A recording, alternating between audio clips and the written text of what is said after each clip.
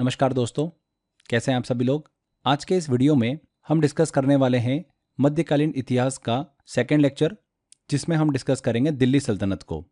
इससे पहले हमारी स्टोरी स्टार्ट हो चुकी थी तुर्कों और अरबों के आक्रमण से, तो वो हमने इसके पहले लेक्चर में डिस्कस किया था मध्यकालीन के। दूसरा लेक्चर आता है हमारा दिल्ली सल्तनत। हमने आखिरी में पढ़ा था कि कुतुबुद्दीन ऐबक ने गुलाम वंश की स्थापना कर दी, स्लेव डायनेस्टी की। तो ये हमने डिस्कस किया था और यहीं से हमारी दिल्ली सल्तनत की शुरुआत होती है। तो आज के इस वीडियो में हम डिस्कस करने वाले हैं दिल्ली सल्तनत को। बेसिकली हम 1206 से लेकर 1526 के बीच में कई हमको देखिए शासक जो है वो देखने को मिले दिल्ली पर। अलग अलग राजाओं ने यहाँ पर राज किया, कई डायनेस्टी भी देखने को मिली, कई वंश हमको देखने को मिले, जिनके अंदर हमको कई सारे राजा देखने को मिले। जैसे कि बलबन जैसे शासक की बात करें तो उन्होंने दिल्ली में डिसिप्लिन और कड़ी सजा का दौर जो है वो शुरू किया था, ताकि उनकी प्रजा जो है वो सुरक्षित रह सके। अलाउद्दीन खिलजी जैसे हमको यहाँ पर शासक देखने को मिलते हैं, जिन्होंने मंगोलों के हमलों से दिल्ली को बचाया था और एक महान योद्धा के रूप में भी पहचाने गए। वहीं अगर मोहम्मद बिन तुगलक की बात करें तो इनका भी जिक्र हमको देखने को मिलता है, जिनके फैसले और योजनाएं इतनी अनोखी थी कि राजधानी को बदलने जैसा साहसी कदम उन्होंने उठाया। लेकिन उसी साहस के कारण वो इतिहास में एक पागल राजा के नाम से भी मशहूर हुए। तो ऐसी कई इंटरेस्टिंग चीजें हैं जो इस दौर में हम डिस्कस करने वाले हैं, 1206 से लेकर 1526 के बीच में। बेसिकली इसके बीच में जो टाइम पीरियड है, हमको 5 डायनेस्टी, 5 वंश देखने को मिलते हैं। सबसे पहला आता है स्लेव डायनेस्टी, मतलब गुलाम वंश। गुलाम वंश इसका नाम क्यों रहा? क्योंकि इसमें जो शासक रहे ना, वो कहीं ना कहीं इतिहास में किसी न किसी के गुलाम रहे थे और वही आगे चलकर सत्ता पे बैठे थे। तो बेसिकली गुलाम वंश 1206 से लेकर 1290 के बीच में हम डिस्कस करने वाले हैं। इसके बाद 1290 से लेकर 1320 के टाइम के बीच में खिलजी वंश हमको देखने को मिलता है। 1320 से लेकर 1414 तक तुगलक डायनेस्टी देखने को मिलती है। 1414 से लेकर 1451 के बीच में सैयद डायनेस्टी। 1451 से लेकर 1526 के बीच में लोधी डायनेस्टी, लोधी वंश हमको देखने को मिलता है। और यही आखिरी वंश रहा। इसी के बाद में दिल्ली सल्तनत का अंत हो गया था और फिर मुगल काल स्टार्ट हो गया था। तो वो हम चीज़ें देखेंगे, डिस्कस करेंगे कि कैसे मुगल काल की शुरुआत हुई थी। तो एक एक करके हम डिस्कस करते हैं। सबसे पहले हम बात करते हैं गुलाम वंश की। तो गुलाम वंश, फ्रेंड्स ध्यान रखिएगा, इस वंश को इल्बिरी वंश भी कहा जाता है। क्यों कहा जाता है वो मैं आगे आपको अच्छे से एक्सप्लेन करूंगा। बस ये ध्यान रखना कि इसको इल्बिरी वंश भी कहते हैं। ये मैं आपको बता ही चुका हूँ कि इस वंश को गुलाम वंश क्यों कहते हैं, स्लेव डायनेस्टी क्यों कहते हैं। क्योंकि ये गोरी और गजनी शासक के स्लेव हुआ करते थे, मतलब गुलाम हुआ करते थे, और बाद में ये शासक बन गए। लेकिन गुलाम होने की वजह से इन्हें स्लेव डायनेस्टी कहा गया। यहाँ पर एक चीज और ध्यान रखिएगा, इन्हें ममलुक वंश के नाम से भी जाना जाता है, ममलुक डायनेस्टी। ओके।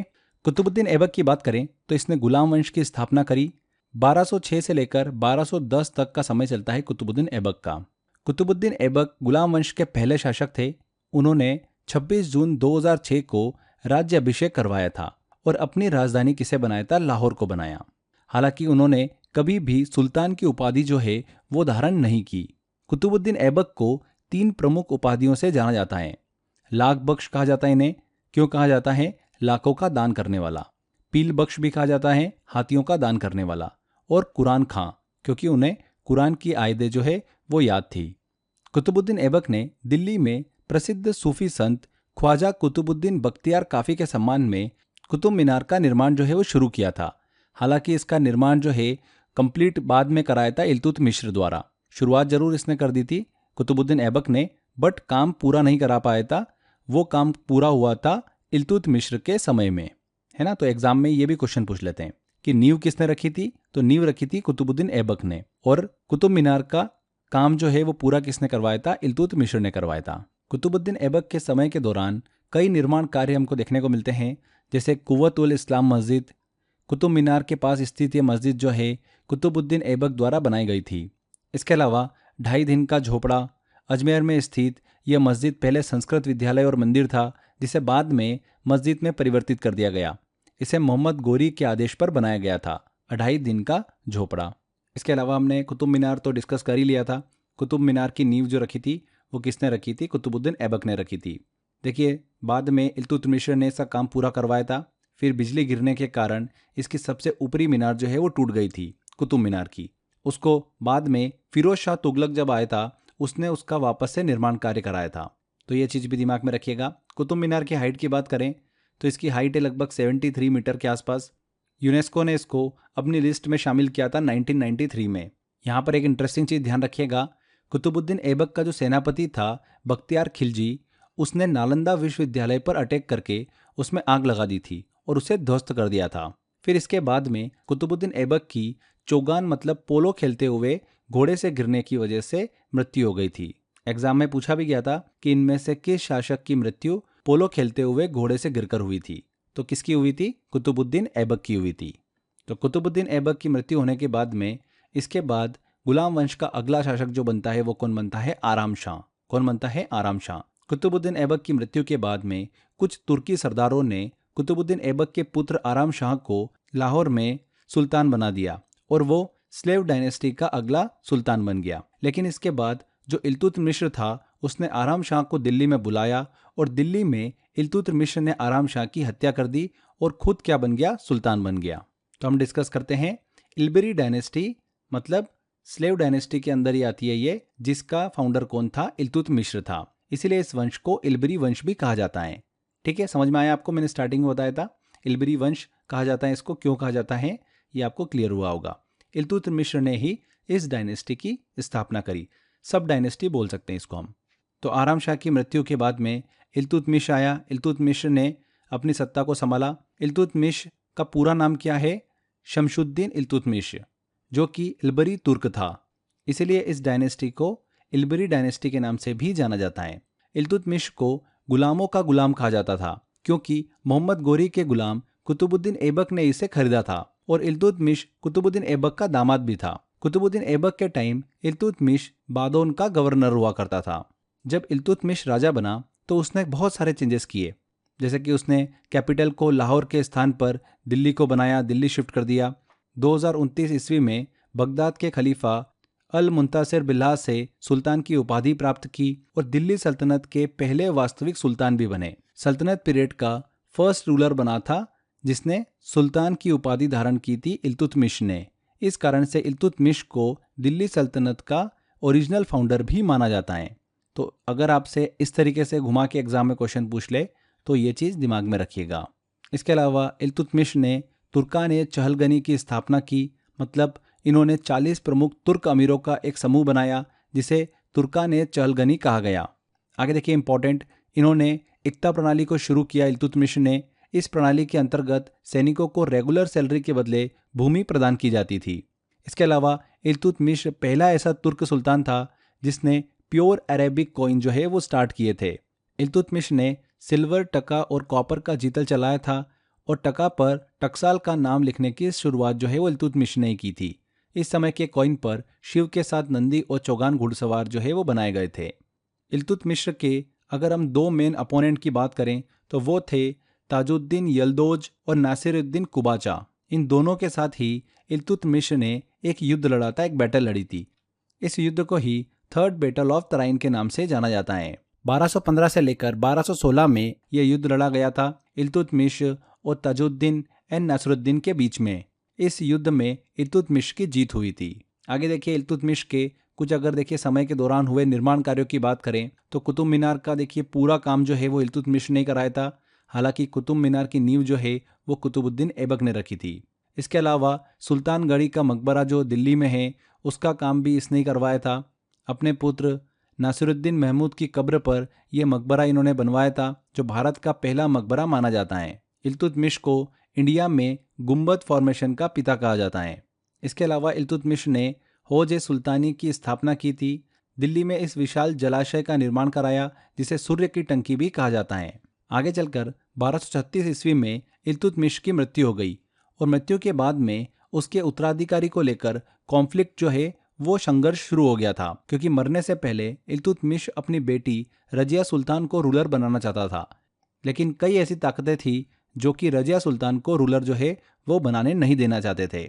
इसके बाद भी रजिया सुल्तान जो है वो गुलाम वंश की अगली शासक बनती है। रजिया सुल्तान दिल्ली सल्तनत की पहली और इकलौती मुस्लिम महिला शासक थी। उन्होंने पर्दा प्रथा को तोड़ते हुए पुरुषों की तरह वस्त्र पहनने का चलन जो है वो शुरू किया था। उन्होंने अपने दरबार में गैर तुर्की अमीर मलिक जमालुद्दीन याकूत को घोड़ों का प्रमुख नियुक्त किया, जिससे तुर्क सरदारों में असंतोष जो है वो फैल गया था। तो याकूत को अमीर अखुर मतलब घोड़े का सरदार नियुक्त किया था, जिसकी वजह से तुर्कान-ए-चहलगनी एंड अमीर चालीसा रजिया सुल्तान के विरुद्ध हो गए और रजिया को हटाकर मोहम्मद बिन बहराम शाह को सुल्तान जो है वो बना दिया। अंततः 1240 ईस्वी में रजिया की हत्या कैथल के पास डाकुओं द्वारा की गई। इसके बाद हमने देखा कि बहराम शाह जो है वो गुलाम वंश का अगला शासक बनता है। बहराम शाह की हत्या 1242 में कर दी गई, जिसके बाद सुल्तान अलाउद्दीन मसूद शाह जो था वो अगला शासक बना। मसूद शाह के सुल्तान बनने के बाद बलबन ने अलाउद्दीन मसूद शाह को 1246 में सुल्तान पद से हटा दिया, जिसके बाद बलबन ने नसरुद्दीन महमूद को गुलाम वंश का अगला शासक बनाया। नसरुद्दीन महमूद की बात करें तो बलबन के भतीजे और दामाद थे। नसरुद्दीन का शासनकाल लंबे समय तक चला, लेकिन वे नाम मात्र के शासक थे। वास्तविकता में जो शक्ति थी वो बलबन के हाथों में थी, जो उस समय राज्य का नायाब ए मुमलकत, जिसे प्रधानमंत्री का ओहदा जो है वो माना जाता था। इसके बाद आगे चलकर नसरुद्दीन महमूद की मृत्यु हो जाती है और एंट्री होती है पूरे गुलाम वंश के सबसे शक्तिशाली राजा की, जो कि था बलबन। बलबन के शासनकाल की बात करें तो इन्होंने दिल्ली सल्तनत को बहुत ही मजबूत किया और जो नीतियां भी अपनाई थी वो बिल्कुल सख्त थी। बलबन की बात कर रहे हैं तो ये इल्तुतमिश का गुलाम हुआ करता था। बलबन ने अपना राजस्व का सिद्धांत दिया था, प्रिंसिपल ऑफ किंगशिप। ये क्या बोलता है? बलबन का जो प्रिंसिपल ऑफ किंगशिप था वो डिवाइन पावर पर आधारित था। इस सिद्धांत के अनुसार बलबन ने कहा था कि राजा जो होता है वो अर्थ पर गॉड का रिप्रेजेंटेटिव होता है, और उसने कहा था कि राजा सुप्रीम होता है और पूरी प्रजा को राजा की बातों को मानना चाहिए। इसके अलावा बलबन ने जिले इलाही मतलब ईश्वर की छाया की उपाधि को भी धारण किया। विद्रोहियों का अंत करने के लिए इसने लौह और रक्त की नीति जो है वो अपनाई थी। एग्जाम में पूछा जाता है, बहुत इंपॉर्टेंट है ये। इल्तुतमिश द्वारा बनाई गई तुर्कान चहलगनी अमीर चालीसा को समाप्त कर दिया गया। इसने सिजदा और पाबोस की प्रथा को शुरू किया एंड ईरानियन फेस्टिवल नोरोज को भी बनाना शुरू किया। यहाँ पर हमने सिजदा और पाबोस की बात करी। सिजदा मतलब राजा के सामने सिर झुकाना और पाबोस का मतलब राजा के पैरों को चूमना। तो इस प्रथा को बलबन ने शुरू किया था। और इसी के साथ साथ ईरानी नव वर्ष का जो त्योहार है नौरोज, उसका भी उत्सव मनाने की प्रथा जो है इसने शुरू की थी। आगे चलकर 1286 ईस्वी में बलबन की मृत्यु हो जाती है। यहाँ पर एक बहुत ही इंटरेस्टिंग चीज देखने को मिलती है। इतिहासकार बर्नी के अनुसार जब बलबन की मृत्यु हुई थी तो बलबन के प्रति सम्मान और शोक व्यक्त करने के लिए उसके दरबारियों और मलिकों ने अपने वस्त्र जो है वो फाड़ दिए थे। सुल्तान बलबन के शव को कब्रिस्तान ले जाते समय वे नंगे पांव चल रहे थे और अपने सिर पर भी धूल डालते हुए गहरे शोक का प्रदर्शन कर रहे थे। उन्होंने बलबन के निधन पर 40 दिनों का उपवास भी रखा था। तो इतिहासकार बर्नी ने अपनी लिखित पुस्तक में इस बात का उल्लेख किया है। बलबन की मृत्यु के बाद में इनके उत्तराधिकारी केकूबाद सुल्तान बनते हैं, लेकिन वह एक कमजोर शासक थे। अंततः जलालुद्दीन फिरोज खिलजी ने केकूबाद को हराकर 1290 ईस्वी में खिलजी वंश की स्थापना की। तो यहाँ पर दिल्ली सल्तनत के अंतर्गत गुलाम वंश का अंत होता है और अगली डायनेस्टी की यहाँ पर शुरुआत देखने को मिलती है, जो कि है खिलजी वंश, खिलजी डायनेस्टी।